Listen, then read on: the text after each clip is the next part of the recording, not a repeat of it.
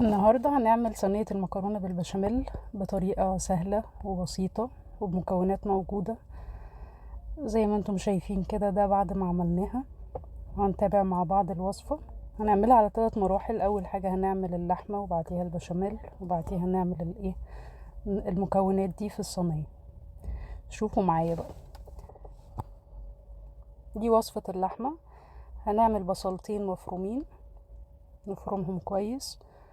هنا حطينا الزيت وبعديها نحط البصلة او البصلتين بتوعنا. لو البصل صغير حطي 2، لو كبيرة حطي 1. هنشوحهم كويس لحد ما يصفروا كده. اصفروا معانا. هنحط نص كيلو لحمة مفرومة.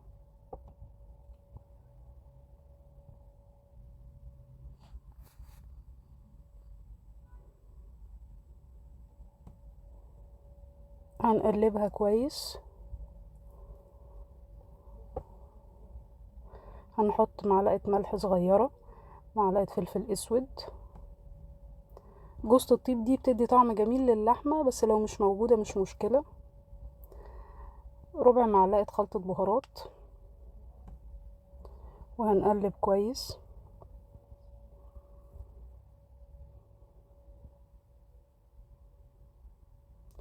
وهنجهز معانا شفشق طماطم. اهم حاجة في النقطة دي انا بحب اصفي الطماطم علشان بتشيل القشر، فما بيبقاش فيها مزازة في الصلصة، بيبقى طعمها حلو. ممكن تحطي اكتر لو الكمية عندك، هتعملي كمية اكبر. انا بحب يبقى الصوص بتاعها كتير وحلو. هنزود تاني شوية فلفل اسود وخلطة بهارات وجوز الطيب. هنا معانا وصفة البشاميل. حط زبدة مع زيت، معلقتين زبدة مثلا ومعلقة زيت. هنا معلقتين غرف دقيق.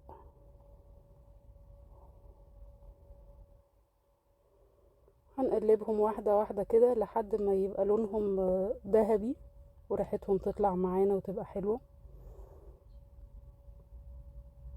اهم حاجة في النقطة دي لما باجي احط اللبن بحطه مرة واحدة علشان ما يكلكعش مننا. حطه مرة واحدة. هنا لونهم ابتدى يصفر اهو معانا. احط اللبن مرة واحدة. هنا حطينا 2 لتر لبن او 2 كيلو. وهنقلب كده واحدة واحدة لحد ما يتقل معانا. هنديله رشة ملح ورشة فلفل، مش بحب احط عليه حاجة تاني. ودي برضو طريقة البشاميل. لو هتعمليها لحاجة حلوة ما تحطيش ملح وفلفل، هي دي طريقة البشاميل للحلو او للحادق. وما بحبوش يبقى تقيل علشان ما تبقاش المكرونة ناشفة، تبقى كده طرية والصوص فيها حلو.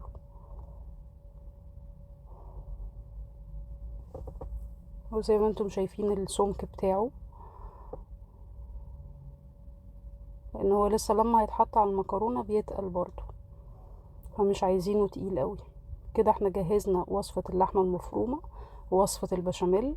هنجهز معانا بقى صينية المكرونة بالبشاميل، وطبعا كيسين مكرونة مسلوقين اي نوع. اول حاجة بنحط شوية بشاميل في الصينية.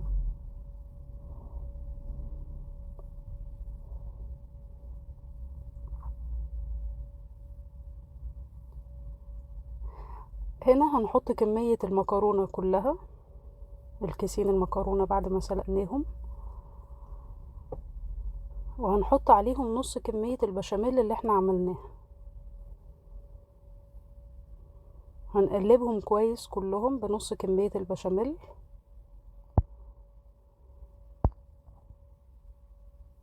علشان كده تبقى البشاميل دخل في كل المكرونة. هنشيل نص الكمية ونسيب النص في الصينية، يعني نشيل نص كمية المكرونة ونسيب نصها التاني في الصينية بس، ونسويها كده. ونبتدي نحط اللحمة المفرومة المتعصجة.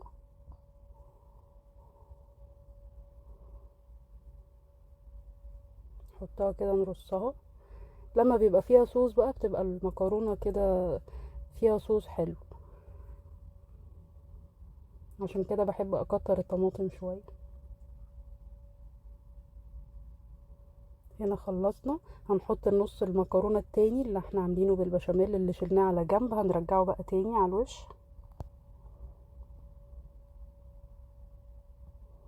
هنفرد كل الكميه. حجم الصينيه هنا اللي بتاخد كيسين مكرونه اللي هي الكبيره شويه مش الوسط. والنص التاني من البشاميل هنحطه على الوش. في ناس بتحب تحط جبنه، ممكن تحطيها قبل البشاميل، بس انا هنا ما حطيتش جبن ولا حاجه، انا كده عاملاها بمكونات بسيطه خالص. في بعض الناس بتحب الجبن تحطها قبل، يعني تحطها بعد المكرونه وبعدين تحط البشاميل عليها. ودخلناها في الفرن على درجه حراره عاليه على الشبكه. وهنا بعد ما استوت